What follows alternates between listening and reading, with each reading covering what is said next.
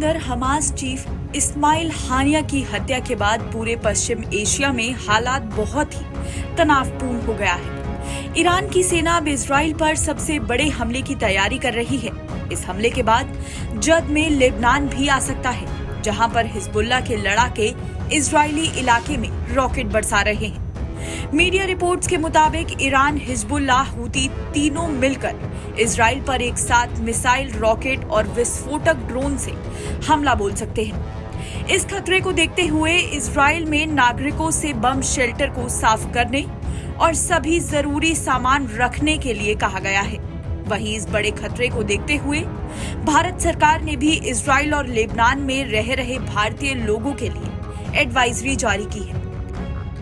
दरअसल इन तीनों ही देशों में कुल मिलाकर 40,000 भारतीय रहते हैं जो वहां नौकरी या पढ़ाई कर रहे हैं। आंकड़ों पर नजर डालें तो इजराइल में 26,000, ईरान में 10,000 और लेबनान में 4,000 भारतीय रहते हैं। इजराइल में साल 2023 में जहां 18,000 भारतीय रहते थे, वहीं अब ये बढ़कर 26,000 हो गए हैं। इजराइल ने बड़े पैमाने पर भारतीय कामगारों की भर्ती की है।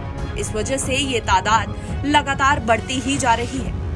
लेबनान हिजबुल्लाह कमांडर से लेकर ईरान तक एक के बाद एक हाई प्रोफाइल लोगों की हत्या से भारत की सुरक्षा एजेंसियां भी हरकत में आ गई हैं। इजराइल में अब भारतीय नागरिकों की सुरक्षा की समीक्षा की जा रही है। यही नहीं, भारत में सभी राज्यों के पुलिस प्रमुखों को इजरायली नागरिकों और यहूदियों की सुरक्षा बढ़ाने का निर्देश दिया गया है। इस रिपोर्ट में बताया गया है कि इजराइल की राजधानी तेल अवीव में अमेरिका के दूतावास को भी ड्रोन से निशाना बनाया गया था। इस हमले में एक आम नागरिक की मौत हो गई थी। साल 2021 में इजराइल के नई दिल्ली स्थित दूतावास के पास क्रूड बम का एक विस्फोट हुआ था। 26 दिसंबर 2023 को इजरायली दूतावास के पास एक और धमाका हुआ था। इन हमलों के पीछे ईरानी गुटों पर आशंका जताई गई थी, लेकिन इसकी पुष्टि नहीं हो पाई थी। वहीं ईरान के जवाबी हमले के डर से भारत की एयर इंडिया ने इजराइल को जाने वाली उड़ान को 8 अगस्त तक रद्द कर दिया है। एयर इंडिया ने कहा है कि वो लगातार मिडिल ईस्ट के हालात पर नजर रखे हुए है। वहीं इजराइल में भारतीय दूतावास ने वहां रह रहे सभी भारतीयों से अपील की है कि वो सतर्क रहें और इलाके में तनावपूर्ण हालात को देखते हुए स्थानीय सुरक्षा के प्रोटोकॉल का पालन भी करें। उन्होंने कहा कि भारतीय जरूरी हों तो ही घर से बाहर निकले।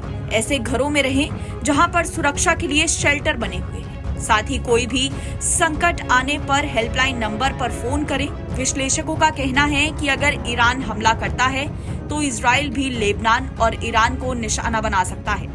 इजराइल के फाइटर जेट और मिसाइलें पूरे अलर्ट मोड में हैं। इससे इन देशों में भी भारतीयों पर खतरा रहेगा।